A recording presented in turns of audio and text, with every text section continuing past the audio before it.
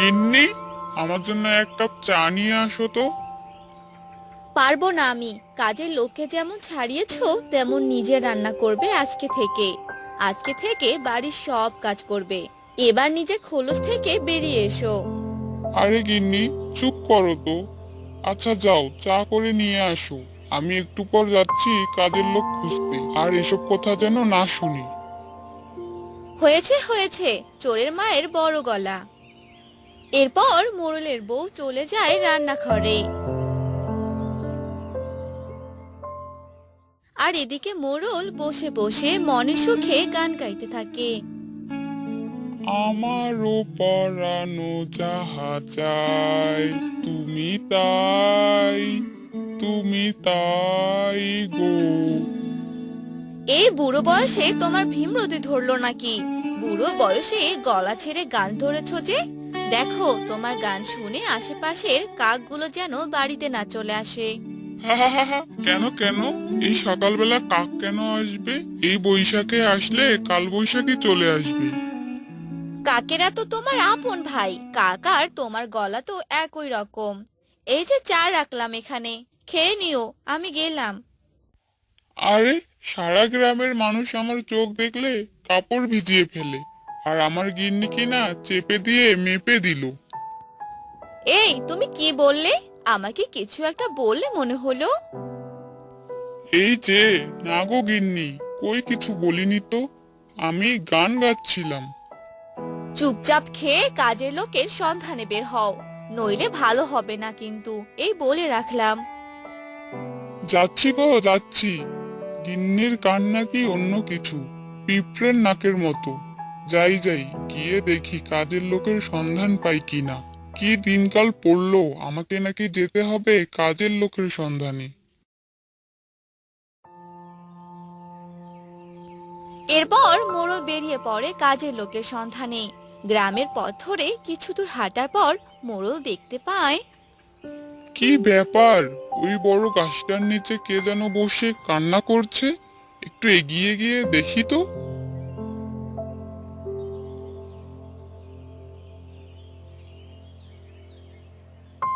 এ কি, এই মেয়ে, কে তুমি?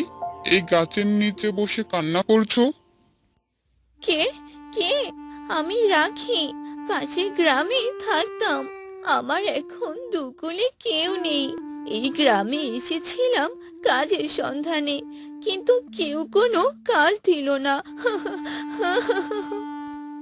তা এবার কান্না থামিয়ে বলো তো দেখি, কি কি কাজ পারো? আমি বাড়ির সব কাজ পারি, রান্না থেকে শুরু করে সব। ভালোই হলো, বেশি দূর যেতে হলো না। আচ্ছা, তুমি আমার সাথে চলো, দেখি আমার বাড়িতে তোমাকে একটা কাজের ব্যবস্থা করে দিতে পারি কিনা। আপনি এই গ্রামের মোড়ল বুঝি? হ্যাঁ, এবার চলো।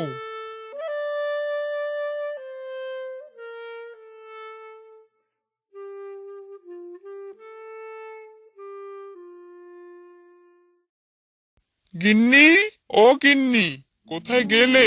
এদিকে একবার আসো তো।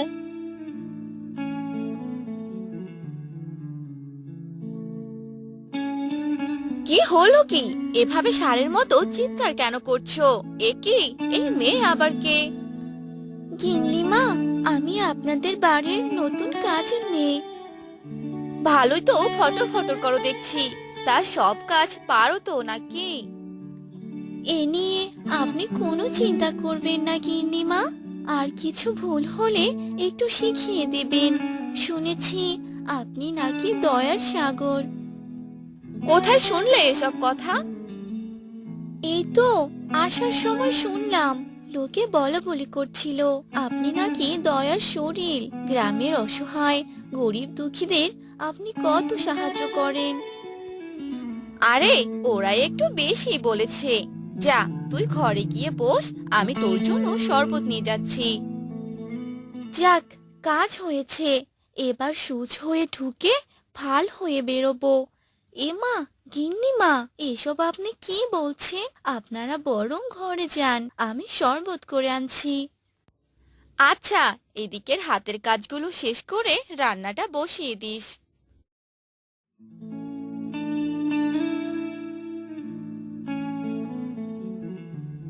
তারপর তারা ঘরে চলে যায় আর রাখি একটু পর শরবত নিয়ে তাদের ঘরে যায়। গিন্নিমা, এই নিন আপনাদের শরবত। তা গিন্নিমা, কি রান্না করব? আজ ইলিশ মাছ রান্না করিস তো, দেখবো তোর হাতের রান্না কেমন।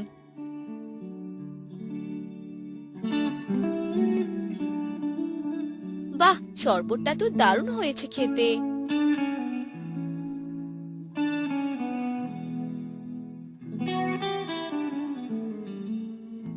রাখি, এই রাখি, তাড়াতাড়ি এদিকে আয়। কিরে রাখি?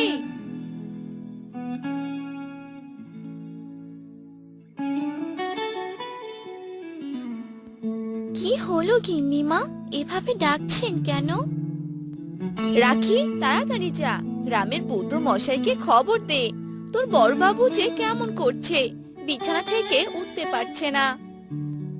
বৈদ্যকে খবর দিয়ে কোনো লাভ হবে না। এ হলো আমার তৈরি বিষ, এর প্রতিষেধক শুধু আমার কাছেই আছে। রাখি, তোর মাথা খারাপ হলো নাকি? কি সব বলছিস তুই? 20 বছর আগের কথা মনে আছে কি? এ বাড়ি ছিল আমার দাদুর। দাদু তোদের ধার হিসেবে দিয়েছিল, কারণ তোদের কোনো থাকার জায়গা ছিল না। কে কে কে তুই বল? একবার সুস্থ হতে দে, তারপর তোকে শুলে চড়াবো। তোরা কে, কোথায় আছিস? কোনো লাভ নেই, আমি হলাম নীলকান্ত জমিদারের নাতনি। প্রতিশোধ নিতে এসেছি। তোর হাতে আর 30 মিনিট সময় আছে। আমার স্বামীকে বাঁচাতে কি করতে হবে বলো, আমি তাই করব। শুধু আমার স্বামীকে বাঁচিয়ে দাও। এটা হলো এই বাড়ির দলিল। শুনেছি মোড়ল নাকি এই বাড়ি আপনার নামে করেছে, তাই আপনি এই কাগজে একটা টিপসই দিয়ে দিন। না গিন্নি, তোমার কিছু হবে না, তুমি এ ভুল করো না। মোড়লের কথা উপেক্ষা করে মোড়লের স্ত্রী সেই দলিলে টিপসই দিয়ে দেয়। এই নে, এটা তোর স্বামীকে খাইয়ে দে, আর এখান থেকে অনেক দূরে চলে যা। ধার করা বাড়িতে আর থাকতে পারবি না তোরা।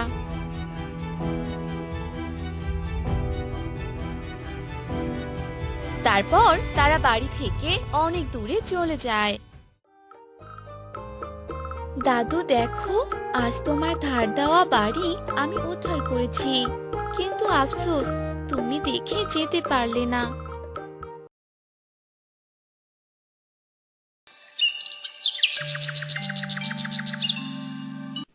কিরে লালু, তুই কি কোনো খবর পেলি? ওই গোপাল তার পুকুর আমায় দেবে কি না? গোপালের পুকুরটা যে আমার অনেক পছন্দ হয়েছে রে। মালিক, আমি তো গোপালকে বলেছিলাম পুকুরটা বিক্রি করার কথা, কিন্তু গোপাল তো রাজিই হচ্ছে না। না না, ওই পুকুর আমার চাই। তুই যে করি হোক গোপালকে রাজি করিয়ে নে। ঠিক আছে মালিক, আমি তাহলে এখনই গোপালের বাড়িতে যাচ্ছি। এই বলে লালু গোপালের বাড়িতে গেল আর গোপালকে ডাকতে লাগলো। গোপাল, ও গোপাল, বাড়িতে আছো?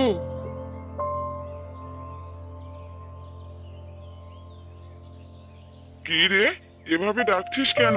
বল, কি বলবি? তুমি কি তোমার পুকুরটা বিক্রি করবে না? অরুণ মশাই ভালো মজুরি দিবে, দিয়ে দাও পুকুরটা। না না, আমি এই পুকুরটা বিক্রি করতে পারবো না। মোড়ল মশাইকে কথা বলে দিও। ঠিক আছে, আমি তাহলে আসি। এ কথা বলে লালু সেখান থেকে চলে গেল আর মোড়লকে সব কথা জানিয়ে দিল। সোজা কথায় কাজ না হলে অন্য পথে যেতে হবে, বুঝেছিস লালু? জি মালিক। এরপর লালু মোড়লের জন্য খাবার নিয়ে আসে আর মোড়ল খাবার খেয়ে নেয়। অন্যদিকে গোপাল তার বউকে বলে, গিন্নি, আমি এবার কি করব বলো তো? মোড়ল মশাই যে আমার পিছুই ছাড়ছে না। তাহলে মোড়ল মশাইয়ের কাছে পুকুরটা বিক্রি করে দাও। এসব তুমি কি বলছো গিন্নি? ওই একটাই পুকুর আমাদের, কোনো বিপদে কাজে লাগতে পারে। আর কৃষি কাজ করে কতদিন সংসার চলবে বলো তো? আমি ভাবছিলাম পুকুরে মাছ ছেড়ে দেব।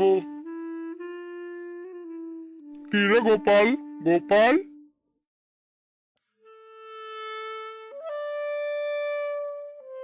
হ্যাঁ দাদা, বলেন। আমার জমি সব ধান কেটে ফেলতে হবে। তুই যদি আমার জমি সব ধান কেটে দিতি তাহলে খুব ভালো হতো। এটা কি আর বলতে হয় নাকি দাদা? আমি এক্ষুনি যাচ্ছি। আচ্ছা ঠিক আছে, আমি আসি তাহলে এখন। এরপর সেই লোকটি গোপালের বাড়ি থেকে চলে গেল। আর গোপাল সেই লোকটির ধান কাটার জন্য তার জমিতে গেল আর ধান কাটতে লাগলো।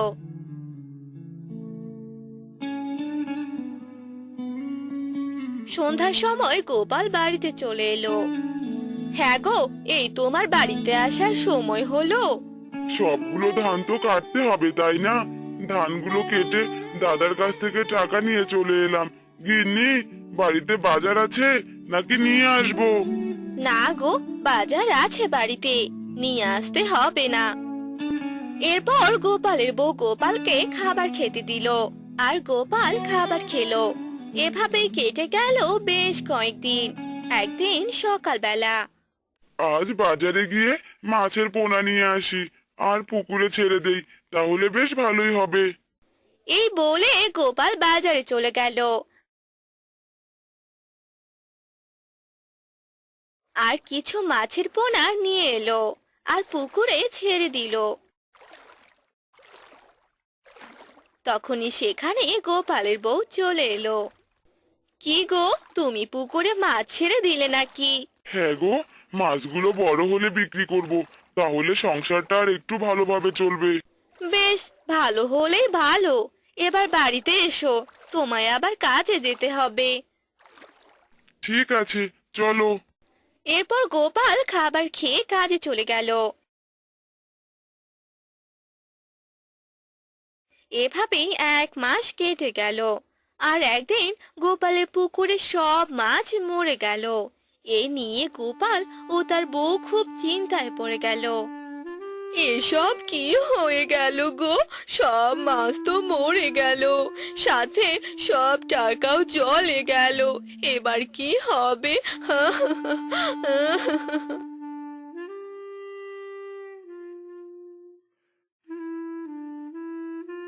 কি রে মা, তোরা এভাবে পুকুরের সামনে বসে বসে কান্না করছিস কেন? কি হয়েছে রে মা? আর বলো না বুড়িমা, আমাদের যে সর্বনাশ হয়ে গেছে, সবগুলো মাছ মরে গেছে। কাঁদিস না তোরা, সব কিছু ঠিক হয়ে যাবে। কিন্তু বুড়িমা, তুমি এখানে, কিছু চাই তোমার? না রে, কিছু চাই না। তোদের কান্নাকাটি শুনে তোদের কাছে এলাম। আমি এবার আসি। এরপর সেই বুড়ি সেখান থেকে চলে গেল। গোপাল ও তার বউ বাড়িতে ফিরে গেল।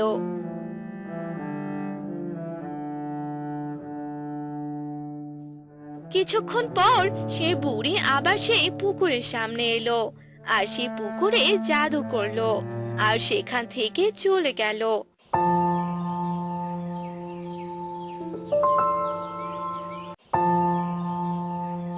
পরদিন সকালবেলা এ কি? এসব আমি কি দেখছি? গিন্নি, কোথায় গেলে? তাড়াতাড়ি এসো।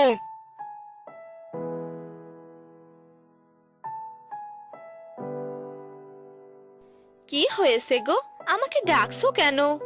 ওই দেখো, আমাদের পুকুর 3 রঙের হয়ে গেছে। কিন্তু এসব কি করে হলো? আমাদের পুকুর 3 রঙের পুকুর হয়ে গেল, এ কি করে সম্ভব? আমি তো কিছুই বুঝতে পারছি না। আমি এক কাজ করি, এখানে জাল ফেলে দেখি মাছ ওঠে নাকি। এই বলে গোপাল 3 রঙের পুকুরে জাল ফেললো আর সেখান থেকে অনেকগুলো মাছ পেল। এসব দেখে তো তারা অবাক হয়ে গেল। হ্যাঁ গো, এবার তো আমাদের কপাল খুলে গেল। হ্যাঁ গো, তুমি একদম ঠিক কথাই বলেছো। ভগবানের আশীর্বাদে আমরা এই 3 রঙের পুকুর পেয়েছি। গোপাল ও তার বউ 3 রঙের পুকুর পেয়ে অনেক খুশি হয়ে গেল। অন্যদিকে গ্রামের সবাই এই কথা জানতে পেল। মালিক, খবর শুনেছেন নাকি? এই যে এক অবাক কাণ্ড ঘটেছে। আরে, কি ঘটেছে সেটা তো বল। আপনি গোপালের যে পুকুরটি কিনতে চেয়েছিলেন, সেই পুকুর তো এখন 3 রঙের হয়ে গেছে। সেই পুকুর দেখার জন্য সবাই ভিড় জমিয়েছে। আর সেই পুকুরে নাকি অনেক মাছ। কি সব বলছিস? এবার তাহলে আমার খেলা শুরু করতেই হয়। কিন্তু আপনি কি করবেন মালিক? গোপালের 3 রঙের পুকুরের সব মাছ চুরি করে নিয়ে আসবো, আর সেগুলো কড়া দামে বিক্রি করব। হা হা হা, আপনার মাথায় তো অনেক বুদ্ধি মালিক। হা হা হা। শোন, কাল রাতে তোরা গোপালের পুকুরে গিয়ে মাছ চুরি করবি, বুঝেছিস? আর হ্যাঁ, সাবধানে কাজ করবি। জি মালিক, ঠিক আছে।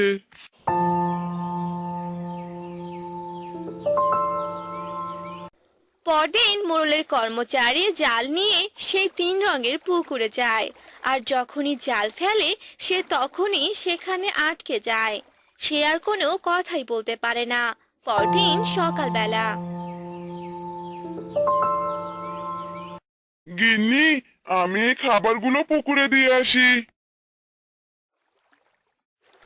এ কথা বলে গোপাল তার পুকুরে চলে এলো। আর সে লালুকে দেখতে পেল, যে কিনা জাল হাতে নিয়ে দাঁড়িয়ে আছে। এ কি লালু, তুই আমার পুকুরে? এসব আমি কি দেখছি? গিন্নি, ও গিন্নি, তাড়াতাড়ি এসো। গোপালের ডাক শুনে গোপালের বউ সেখানে চলে আসে। আর গ্রামের অনেকেই সেখানে জড়ো হয়ে যায়। এই লালু তো আমাদের পুকুরের মাছ চুরি করছে। আর এভাবে আটকা পড়ে আছে কেন? আমি দেখছি কি করা যায়। 3 রঙের পুকুর, তুমি লালুকে ছেড়ে দাও। আরে, এ যে সকাল হয়ে গেছে, তাড়াতাড়ি যেতে হবে। যাওয়ার কোনো জায়গা নেই লালু, তুই যে ধরা পড়ে গেছিস। এ কি, তোমরা আমায় ছেড়ে দাও। আমি কিছু করিনি। আমায় এসব মালিক করতে বলেছে। এসব কিছু শুনে তারা সবাই মোড়লের বাড়িতে যায়। আর মোড়লকে গ্রাম থেকে চলে যেতে বলে।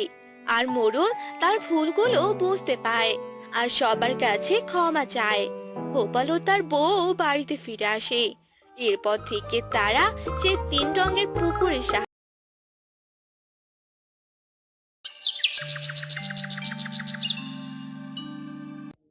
কৃষ্ণনগর নামে একটি গ্রামে থাকতো মিলু নামের একটি মেয়ে।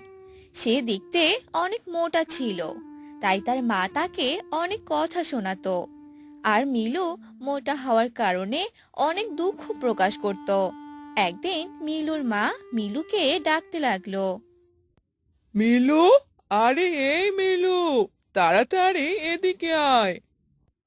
হ্যাঁ মা, যাচ্ছি।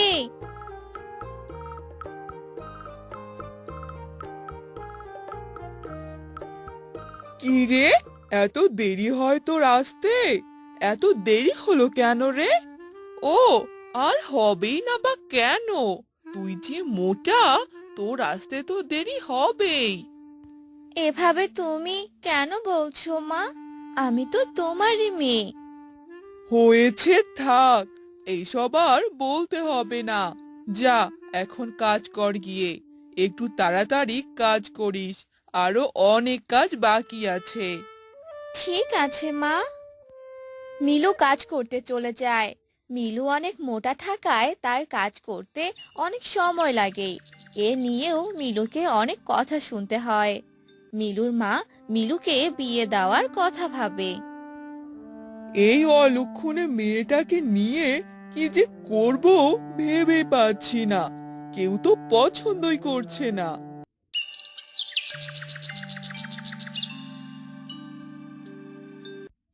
শুনলাম আপনার বাড়িতে নাকি একটি মেয়ে আছে, আর তাকে নাকি বিয়ে দিতে পারছেন না। আমি থাকতে এ চিন্তা আর করতে হবে না। দেখি দেখি, আগে আপনার মেয়েটাকে দেখি।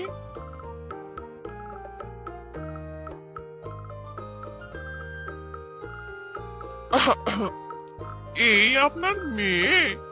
আচ্ছা, ঠিক আছে, এবার আমি আসি। আরে কি হলো, আপনি যে কিছুই বললেন না। কয়দিন পর কথা হবে, এখন নয়। এভাবেই সবাই এড়িয়ে চলতো। আর এবার মিলুর মা ভীষণ রেগে গেল আর মিলুকে বাড়ি থেকে বের করে দিল। তুই আর কখনোই আমার বাড়িতে আসবি না, আর আমি তোর এই মুখ কখনোই দেখতে চাই না।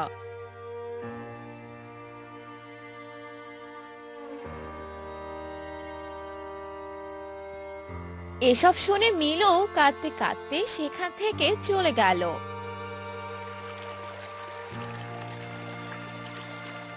আর জঙ্গলের ভিতরে একটি নদীর পাড়ে বসে মিলু কান্না করতে থাকে আর বলে, হে সৃষ্টিকর্তা, তুমি কেন আমাকে এত মোটা বানিয়ে দিয়েছো, যার কারণে মা আমাকে একদম দেখতে পারে না। আর আজ আজ তাই আমাকে যে বাড়ি থেকে বের করে দিয়েছে।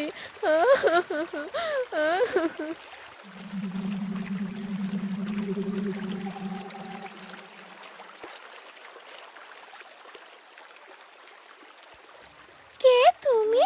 আর তুমি এভাবে কান্না কেন করছো? কি হয়েছে তোমার? আমি মিলু। আমি যে অনেক মোটা, এজন্য কেউ আমাকে দেখতে পারে না। সবাই আমাকে অনেক কথা শোনায়।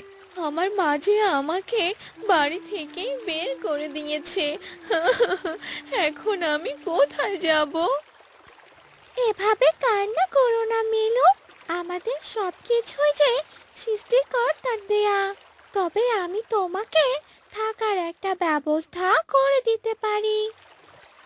এসব শুনে মিলু ভীষণ খুশি হয়ে গেল। আর সেই মৎস্যকন্যা মিলুকে দুইটি ফল দিল। একটি ছিল আম আর একটি ছিল আপেল। এ কি, তুমি তো আমাকে থাকার ব্যবস্থা করে দিতে চেয়েছিলে, কিন্তু তুমি তো আমাকে দুটো ফল দিয়ে দিলে। হ্যাঁ, এই ফল দুটোই তোমাকে সাহায্য করবে।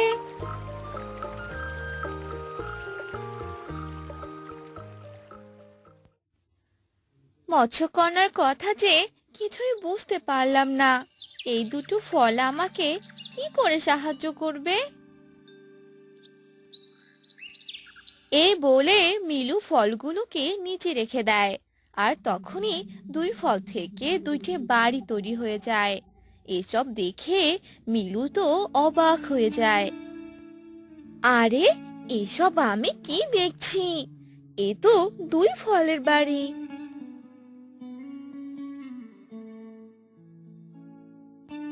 এরপর মিলু প্রথমে আমের বাড়িতে ঢুকে পড়লো। আর সেখানে অনেক ধন, টাকা পয়সা আর সুন্দর সুন্দর জামা কাপড় ছিল। এসব দেখে মিলু অবাক হয়ে গেল। এরপর মিলু আপেলের বাড়িতে গেল। সেখানে শুধু একটি বিছানা আর কিছু খাবার ছিল।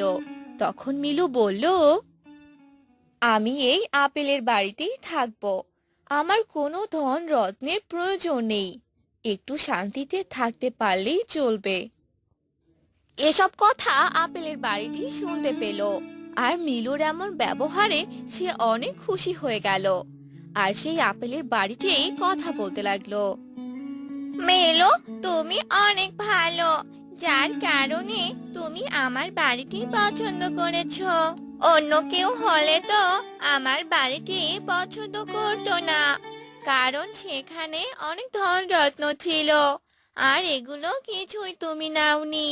আর আমার বাড়িতে এমন কিছুই নেই। হ্যাঁ, কারণ ওগুলো কিছুই আমার চাই না। আমি সুন্দরভাবে, সুস্থভাবে জীবনযাপন করতে চাই। তোমার কথা শুনে আমি অনেক মুগ্ধ হয়ে গেছি। তুমি এখন থেকে এই বাড়িতেই থাকবে। আর তোমার যা প্রয়োজন হবে তুমি আমের বাড়ি থেকে নিয়ে আসবে। আমের বাড়ি থেকে নিয়ে আসবো? কিন্তু এটা কেন করব?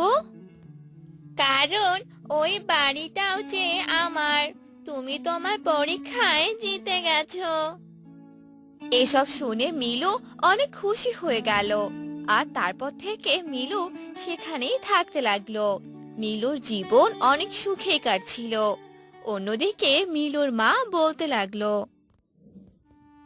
মেয়েটাকে যে আমি কেন বাড়ি থেকে বের করে দিলাম, এখন যে মেয়েটার কথা আমার ভীষণ মনে পড়ছে।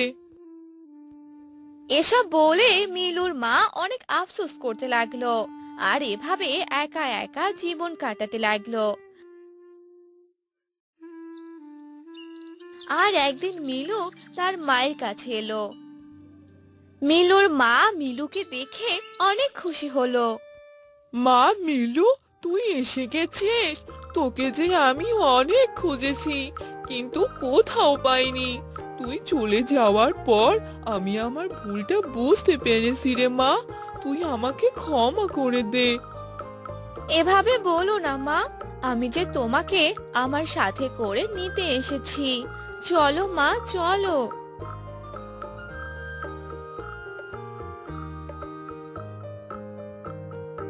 মিলু তার মাকে দুই ফলের বাড়িতে নিয়ে আসে। দুই ফলের বাড়ি দেখে সে অবাক হয়ে যায়। আর এরপর থেকে মিলু তার মাকে নিয়ে দুই ফলের বাড়িতে সুখে শান্তিতে থাকতে লাগে।